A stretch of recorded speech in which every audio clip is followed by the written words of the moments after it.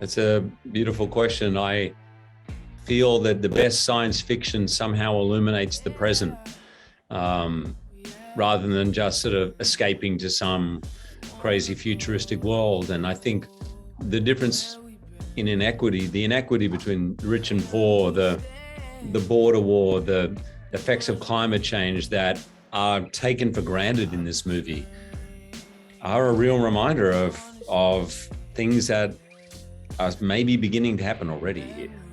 Particularly that the difference between rich and poor, as you said, with the pandemic became very, very obvious between different countries and also within countries. So I always love movies that are moving emotionally, thought-provoking.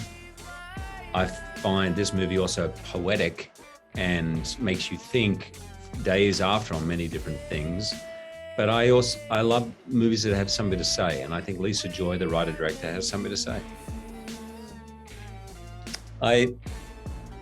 Most of the memories I'd like to relive are probably simple but profound family moments. I'd like to hold my children again. I'd love to, the early days of falling in love with my wife, the going on a honeymoon, the having Christmas Day on the beach with my family, like those sort of moments which I sort of took for granted a little bit, maybe at the time. They're the type of events I like to go back to. Yeah, as you know, I worked with Rebecca on The Greatest Showman. So I'm used to being in scenes with her where she's singing and with me watching intently.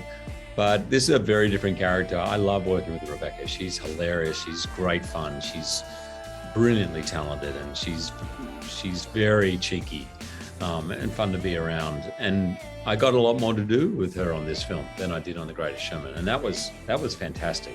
And I think she just gives such depth to the character of May, and what at first appears like a classic femme fatale, she peels away, and you really get to feel and understand her, you know, whilst still being enigmatic. It's a very difficult thing she pulls off. Arigato.